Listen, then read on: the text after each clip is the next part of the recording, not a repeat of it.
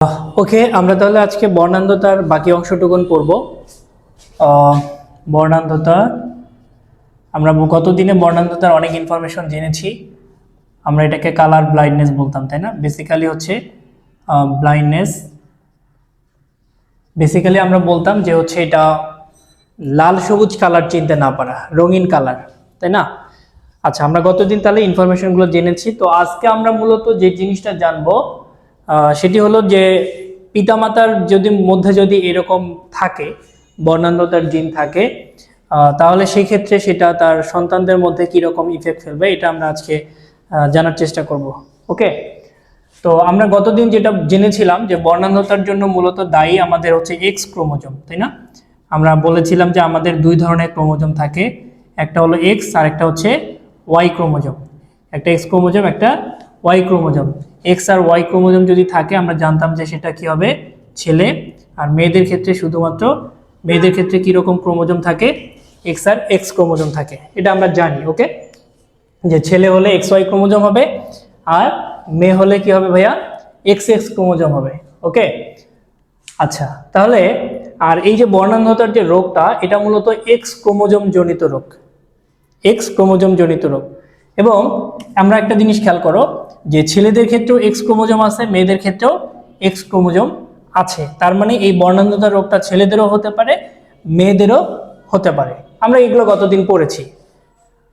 ওকে, তাহলে দেখো আমরা বললাম যে বর্ণান্ধতার জন্য দায়ী মূলত এক্স ক্রোমোজোম, মানে এক্স ক্রোমোজোমের মধ্যে সমস্যা হলে আমাদের বর্ণান্ধতার রোগটা হবে। আর এই এক্স ক্রোমোজোমটা যেহেতু ছেলে মেয়ে সবারই আছে, তার মানে এই রোগটা অবশ্যই ছেলেদেরও হতে পারে, মেয়েদেরও হতে পারে। ঠিক আছে? আচ্ছা, এবং আমরা গতদিন ধরে নিয়েছিলাম যে মনে করি যে বর্ণান্ধতার জন্য দায়ী জিন, আমরা এটা ধরে নিয়েছিলাম যে এর জন্য দায়ী যে জিনটা, এর জন্য দায়ী যে জিনটা, সেটাকে আমরা ধরে নিয়েছিলাম কি ভাইয়া, x to the power c. এবং আমরা বলেছিলাম যে এটা ছোট হাতের সি যদি ধরি তাহলে সেটা দায়ী জিন, আর যদি আমরা বড় হাতের ক্যাপিটাল সিটা ধরি তাহলে সেটা দায়ী জিন না। ঠিক আছে? কারণ আমরা বলেছিলাম যে বর্ণান্ধতার জন্য যে দায়ী জিনটা সেটা অবশ্যই কি হবে ভাইয়া, প্রচ্ছন্ন জিন হবে। হ্যাঁ, প্রচ্ছন্ন জিন হবে। আর প্রচ্ছন্ন জিন আমরা অলওয়েজ সবসময় স্মল লেটার দিয়ে প্রকাশ করি, এগুলো আমরা গতদিন শিখেছি। এই জন্য আমরা এখানে স্মল লেটার দিয়ে যেহেতু আমরা প্রচ্ছন্ন জিনকে প্রকাশ করি, আর এর জন্য দায়ী জিনটাও যেহেতু প্রচ্ছন্ন জিন, এই জন্য আমরা এখানে ছোট হাতের সি যদি ধরি তাহলে সেটা দায়ী জিন, আর যদি বড় হাতের সি বলি তাহলে সেটা সুস্থ জিনের ক্ষেত্রে আমরা বড় হাতের সি ধরি, ভালো জিন। ঠিক আছে? আর এই সিটা আমরা ওই যে কালার ব্লাইন্ডনেসের সি থেকে আমরা মূলত নিয়ে আসছি। ওকে, তো আমরা এখন যেটা জানবো, আচ্ছা ভাইয়া আমাকে তোমরা বলো, আমরা ফিনোটাইপ পড়েছি না? ফিনোটাইপ আমরা কাকে বলেছি বলো? ফিনোটাইপ আমরা কাকে বলেছিলাম? যে বাহ্যিক বৈশিষ্ট্য, তাই না? ফিনোটাইপ আমরা বলেছিলাম কি, বাহ্যিক বৈশিষ্ট্য। ফিনোটাইপ হলো বাহ্যিক যে বৈশিষ্ট্য, যাহা আমরা চোখে দেখতে পাই বা যাহা বাইরে থেকে প্রকাশিত হয়, সেটা হলো ফিনোটাইপ। আর জিনোটাইপ আমরা বলেছিলাম যে এই বাহ্যিক বৈশিষ্ট্যের জন্য দায়ী যে জিনগুলো, তাই না ভাইয়া? এর জন্য যে দায়ী জিন যুগল মানে হলো দুইটা, দিন যুগল মানে হলো কাপল, দুইটা করে জিন। নর্মালি আমাদের দুইটা করে জিন দায়ী থাকে, আমরা বলেছি, এগুলো আমরা জানি। আচ্ছা, তো আমরা এখন দেখব যে এটা পুরুষের ক্ষেত্রে যদি আমরা চিন্তা করি, যে বর্ণান্ধতার ক্ষেত্রে পুরুষের ফিনোটাইপ কেমন হতে পারে, জিনোটাইপ কেমন হতে পারে। ওকে, তাহলে পুরুষের ক্ষেত্রে একটা হইতে পারে এরকম যে পুরুষটা হইতে পারে স্বাভাবিক, পুরুষটা কি হইতে পারে, স্বাভাবিক হইতে পারে। আর কি হইতে পারে, পুরুষটা বর্ণান্ধ হইতে পারে, বর্ণান্ধ পুরুষ হইতে পারে। ঠিক আছে? তো আমরা নর্মালি একটা পুরুষের ক্ষেত্রে ক্রোমোজোম কি থাকে, এক্স আর ওয়াই। আচ্ছা, আমরা এক্স ওয়াই ধরে নিলাম। ওকে, দুইটার ক্ষেত্রে আমরা এক্স আর ওয়াই লিখলাম। এখন যখন আমি স্বাভাবিক পুরুষ বলতেছি, আচ্ছা এখন অনেকে বলতে পারো যে ফিনোটাইপ, ওকে আমরা ফিনোটাইপ তো বললাম বাহ্যিক বৈশিষ্ট্য, তো স্বাভাবিক এটা বাইরে থেকে প্রকাশিত, এটা বৈশিষ্ট্য বর্ণান্ধ। ওকে, আর এর জন্য দায়ী জিনগুলোকে আমরা বললাম হচ্ছে জিনোটাইপ। এটা আমরা এই অধ্যায়ের একদম শুরু থেকে পড়ে আসছি, তাই না? একদম জিনোটাইপ আমরা পড়ে আসছি এগুলো। তাহলে আমরা যেহেতু স্বাভাবিক পুরুষ, এটা বাইরে বাহ্যিক ফিনোটাইপ, এর জন্য দায়ী জিন, আমরা জিনোটাইপ এই জন্য এখানে লিখতেছি। আচ্ছা, আমরা আগে যেটা কাজ করলাম সেটা হলো যে নর্মালি একটা পুরুষের ক্ষেত্রে কি ক্রোমোজোম থাকে সেটা আমরা লিখেছি, এক্স ওয়াই দুই জায়গায় লিখেছি। এখন আমি খেয়াল করো, এখানে বলেছি যে এই পুরুষটা স্বাভাবিক, তার মানে এটা এক্স ওয়াই এ থাকবে, তাই না? এখানে যে দায়ী যে জিনটা আমরা x to the power c ধরছিলাম, এটা তাহলে আমরা এখানে বসাবো না। আবার এখানে আরেকটা কাজ করতে পারি, আমি এক্স এর পাশে বড় হাতে সিও লিখতে পারি। তোমাদের বইয়ে কিন্তু বড় হাতের সিও থাকতে পারে, কারণ আমরা বলেছি যে বড় হাতের সিটা আমরা সুস্থ, তাই না? আমরা দায়ী জিন যেহেতু প্রচ্ছন্ন বলেছিলাম ছোট হাতের, তার মানে বড় হাতের সি যদি থাকে তাহলে সেটা সুস্থ আমরা বলেছিলাম, ভালো। হ্যাঁ, এটা ভালো। তো এই জন্য আমরা এখানে এক্স এর পাশে সিও লিখতে পারি। আর যেহেতু আমি এইটাকে বর্ণান্ধ পুরুষ চিন্তা করছি, তার মানে এটা অবশ্যই কি হবে, এখানে অবশ্যই আমাদের হচ্ছে এক্স ওয়াই লেখা যাবে না। এখানে কি লিখতে হবে, এক্স এর উপরে ছোট হাতের সিটা বসাইতে হবে। যেহেতু আমরা এখানে কি বলতেছি, এটাকে এই পুরুষটাকে আমরা বর্ণান্ধ চিন্তা করতেছি, তো সেই ক্ষেত্রে আমাদের এই জন্য কি লিখতে হবে, এখানে এক্স এর উপরে সি। যেহেতু বর্ণান্ধতার জন্য দায়ী জিনকে আমরা ধরেছি কি এক্স সি, উপরে সি, যেহেতু প্রচ্ছন্ন জিনের কারণে এই রোগটা হয় এই জন্য ছোট হাতের সি। আর এই পুরুষটাকে যেহেতু আমরা বর্ণান্ধ ধরছি, যেহেতু পুরুষ তার মানে এক্স ওয়াই হবে, আর যেহেতু বর্ণান্ধ পুরুষ এই জন্য এক্স এর মধ্যে কি হবে, এই প্রচ্ছন্ন জিন বা এই সমস্যাযুক্ত যে জিনটা সেটা হবে এক্স থ্রি হবে। ওকে, আচ্ছা, এটা গেল পুরুষের ক্ষেত্রে।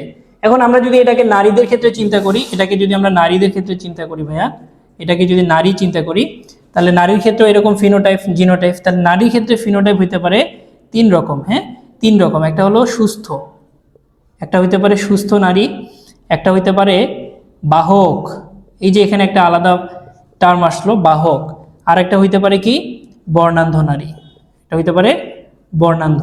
তাহলে আমরা যেহেতু নারী, তার মানে নর্মালি এক্স এক্স ক্রোমোজোম থাকবে, সেটা আগে লিখলাম। ধরো এর ক্ষেত্রে এক্স এক্স লিখলাম, এর ক্ষেত্রে এক্স এক্স লিখলাম।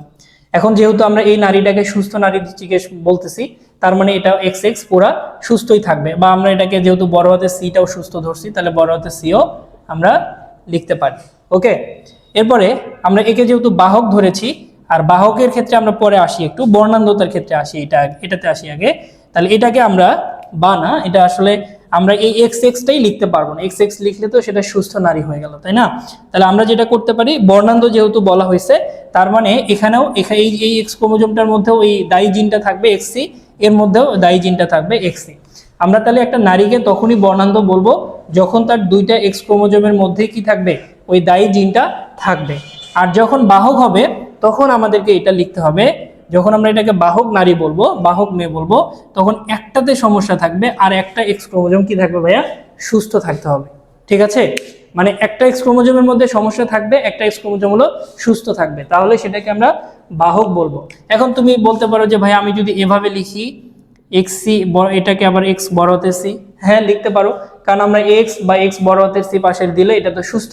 ওকে, তাহলে আমরা একটা সমস্যাযুক্ত একটা ধরছি, একটা সমস্যাযুক্ত আমরা লিখছি, তাহলে এরকম। তো একটা জিনিস খেয়াল করো, পুরুষের ক্ষেত্রে কিন্তু বাহক বলে কিছু নাই, কিন্তু নারীদের ক্ষেত্রে বাহক আছে, তাই না?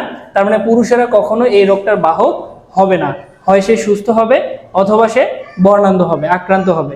বাট নারীদের ক্ষেত্রে কিন্তু বাহক বিষয়ে আছে। কারণটা কি ভাইয়া বলো? কারণ হলো আমরা বলেছি যে এই রোগটার জন্য দায়ী যে জিনটা সেটা হলো এক্স ক্রোমোজোম জনিত সমস্যা, তাই না? এক্স ক্রোমোজোমের মধ্যে সেই দায়ী জিনটা থাকে, আর এক্স ক্রোমোজোম যেহেতু পুরুষের ক্ষেত্রে একটাই থাকে, কাজে এটাই যদি আক্রান্ত হয়ে যায় তাহলে সেই পুরুষটা আক্রান্ত হয়, আর এটা যদি সুস্থ থাকে তাহলে সেই পুরুষটাকে তুমি সুস্থ বলতে হবে। বাট নারীদের ক্ষেত্রে যেহেতু দুইটা এক্স ক্রোমোজোম থাকে, এই জন্য একজন নারী সুস্থ হতে গেলে দুটাই সুস্থ হবে, আর নারীকে বর্ণান্ধ বলতে গেলেও দুটাই বর্ণান্ধতার জিন থাকতে হবে। আর যদি একটা সুস্থ একটা ভালো, মানে একটা সুস্থ বা একটা ভালো আর একটা হচ্ছে এরকম বর্ণান্ধতার জন্য দায়ী জিন যদি থাকে, তাহলে সেই নারীটাকে আমরা না সুস্থ বলবো না বর্ণান্ধ বলবো, তাকে কি বলবো ভাইয়া? তখন আমরা তাকে বাহক বলবো।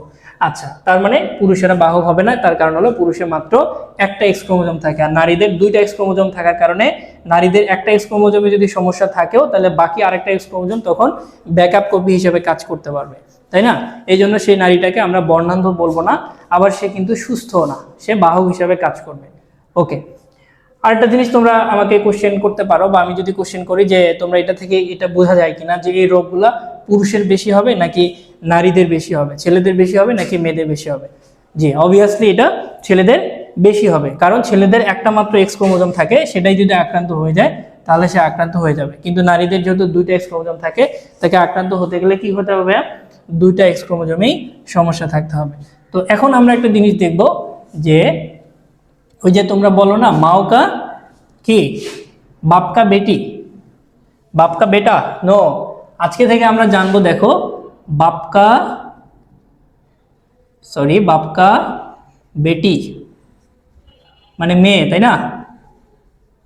আর মাও কা বেটা ছেলে, মানো কি না?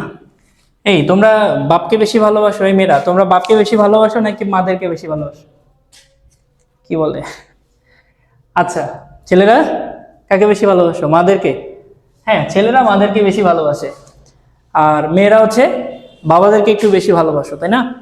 আচ্ছা, এখন হয়তো বলতেছো না যে সমান সমান ভালোবাসি, কিন্তু আসলেই তোমরা খেয়াল করে দেখবা একটু রাতের বেলা একটু বিছানায় শুয়ে শুয়ে চিন্তা করবা যে তুমি কাকে বেশি ভালোবাসো। হতে পারে তুমি একটু আলাদা, তুমি বেশি মাকে বেশি ভালোবাসো, কিন্তু মোস্ট অফ মেয়েরাই আসলে বাপকে বেশি ভালোবাসে। আচ্ছা, ছেলেরা আমরা মাদেরকে একটু বেশি ভালোবাসি। ওকে, তো দেখি আমরা এটা প্রমাণ আসলে আমরা এখানেও বের করতে পারবো। তো আমরা এখন একটা জিনিস আমরা দেখব যে আমরা এখানে ধরো লিখলাম ফিনোটাইপ, আমরা পরীক্ষায় যেভাবে লিখবো আমরা সেভাবে লিখতেছি। ধরো ফিনোটাইপ, ফিনোটাইপ মনে করো আমরা ধরলাম বর্ণান্ধ পিতা, মানে বাপটাকে আমরা বর্ণান্ধ ধরলাম, হ্যাঁ বাপটাকে বর্ণান্ধ ধরলাম, আর মাটাকে মনে করো সুস্থ ধরলাম, মাটাকে সুস্থ মা ধরলাম, কোনো বর্ণান্ধতার জিন তার মধ্যে নাই। ওকে, ফিনোটাইপে কেন লিখলাম ভাইয়া? কারণ এটা হলো বাহ্যিক। ওকে, এখন জিনোটাইপ, আমরা যদি জিনোটাইপ লিখি, যদি জিনোটাইপ লিখি তাহলে আমরা দেখো যে বর্ণান্ধ পিতা, যেহেতু আমরা একটু আগে দেখে আসছিলাম, তো বর্ণান্ধ পিতার ক্ষেত্রে তাহলে আমাকে এক্স ওয়াই এ এক্সটার মধ্যে সমস্যাযুক্ত জিন দিতে হবে, তাই না? আর এখানে যেহেতু সুস্থ মা বলছি তাহলে দুটাতেই এক্স থাকবে। আবার তুমি এটাকে এটা না লিখে এক্স বড় হাতে সি, এক্স বড় হাতে সি সেটাও লিখতে পারো। ওকে, সমস্যা নেই। আচ্ছা, তো আমরা ধরো এটা দিয়ে করি, হ্যাঁ আমরা এক্স বড় হাতে সি, বড় হাতে সি তুমি দিতে পারো, ছোট হাতের সি না দিলে হলো, যেহেতু সুস্থ মা ধরেছি আমরা। এরপরে আমরা জানি আমরা কি করি ভাইয়া, গ্যামিট বের করি, এগুলো আমরা শিখেছি, এগুলো আমরা অনেকবার করেছি।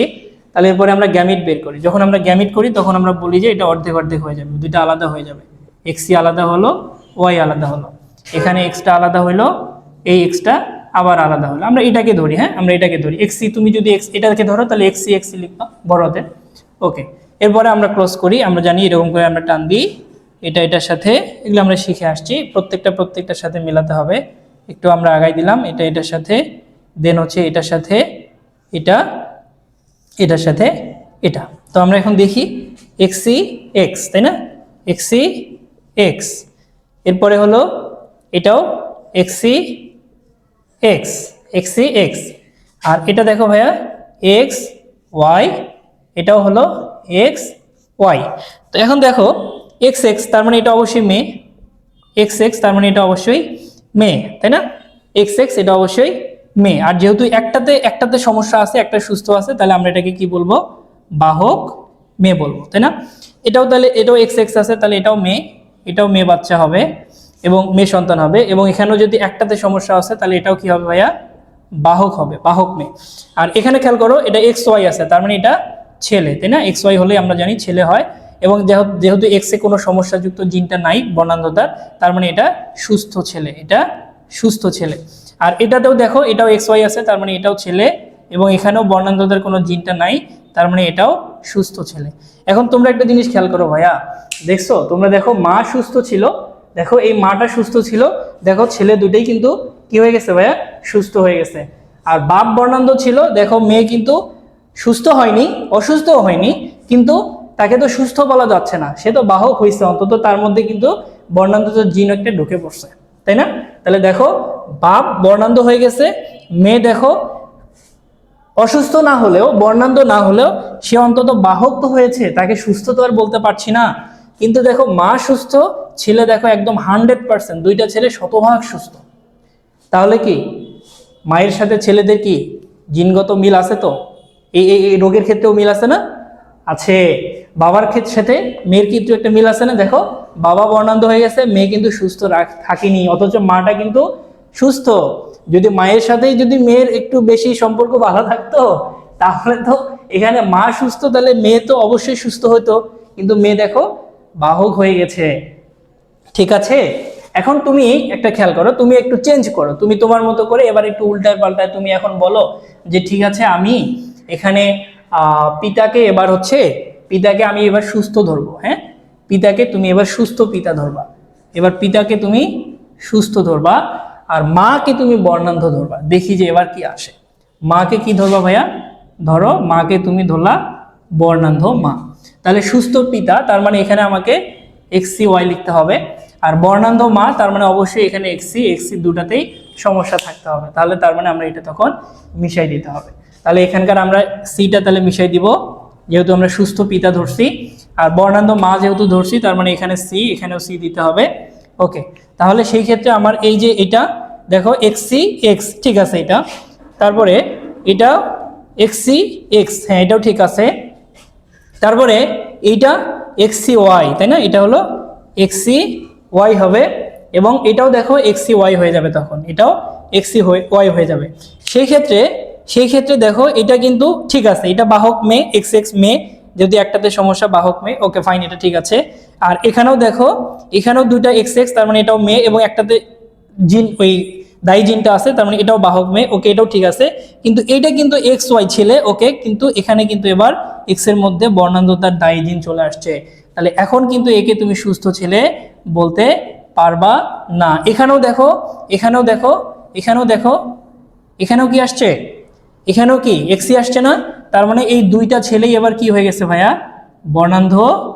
বর্ণান্ধ ছেলে হয়ে গেছে না, বর্ণান্ধ ছেলে হয়ে গেছে না, দুইজনই এবার দেখো বর্ণান্ধ ছেলে হয়ে গেছে, তাই না, দুইজনই কিন্তু বর্ণান্ধ ছেলে হয়ে গেছে। তাহলে দেখো মা বর্ণান্ধ ছেলেও বর্ণান্ধ হয়ে গেছে ভাইয়া, মা বর্ণান্ধ ছেলেও কি হয়ে গেছে, বর্ণান্ধ হয়ে গেছে। পিতা সুস্থ, মেয়ে কিন্তু দেখো মানে আক্রান্ত তো না, মানে বাহক, বাট সে আক্রান্ত তো না, কেন, কারণ পিতা বাবা সুস্থ, তো মেয়ে বাবার সাথে তো আমরা বলছি যে মিল থাকবে, তো বাবা যেহেতু সুস্থ, মেয়ে কিন্তু এই জন্য কিন্তু দেখো অসুস্থ হয়নি। কিন্তু মা দেখো বর্ণান্ধ হয়ে গেছে, দেখো ছেলে দুটেই শেষ, ছেলে দুটেই বর্ণান্ধ হয়ে গেছে। তাহলে কি আমাদের যে আমরা কথা যে বললাম যে বাপ কা বেটি মাও কা বেটা, মিল আছে কিনা ভাইয়া বলো, আছে? তাহলে আজকে থেকে আমরা কি বলবো, বাপ কা বেটি মাও কা বেটা, ছেলের সাথে মায়ের এই দেখো এই সমস্যা, এই রোগের ক্ষেত্রেও দেখো মিল আছে। এই জন্যই আমরাও কি করি, বেশিরভাগ ক্ষেত্রে আমরা ছেলেরা মাদেরকে একটু বেশি পছন্দ করি, বেশি ভালোবাসি, তাই না, বাবাদেরকে অবশ্যই ভালোবাসি, বাবাদের প্রতি ভালোবাসাটা আমাদের একটু প্রকাশ করি না, তাই না। আচ্ছা ঠিক আছে, আশা করি তোমরা বুঝতে পারছো এটা।